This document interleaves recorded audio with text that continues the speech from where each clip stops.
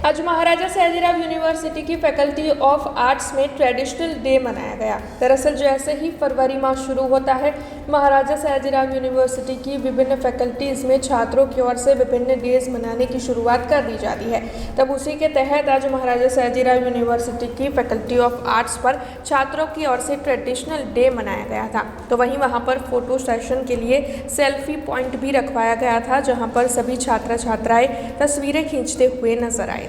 आज रोज MS यूनिवर्सिटीની arts ફેકલ્ટીની અંદર traditional ડેનું આયોજન કરવામાં આવ્યું છે। તેમાં અમારી સાથે ઘણા વિદ્યાર્થીઓ જોડવામાં આવ્યા છે। આર્ટ્સ ફેકલ્ટીના છે, અંદર અમુક કોમર્સના પણ છે, સાયન્સના પણ છે અને બધી વિદ્યાર્થીઓ ખૂબ મજા માણી રહ્યા છે, ફોટોઝ ક્લિક કરાઈ રહ્યા છે અને ઘણી સંખ્યાઓમાં અમારી સાથે બધા જોડાયા છે। આજે हमसे जुड़े रहने के लिए हमारे YouTube चैनल को सब्सक्राइब करें और नई वीडियो की नोटिफिकेशन के लिए बेल आइकॉन को दबाएं।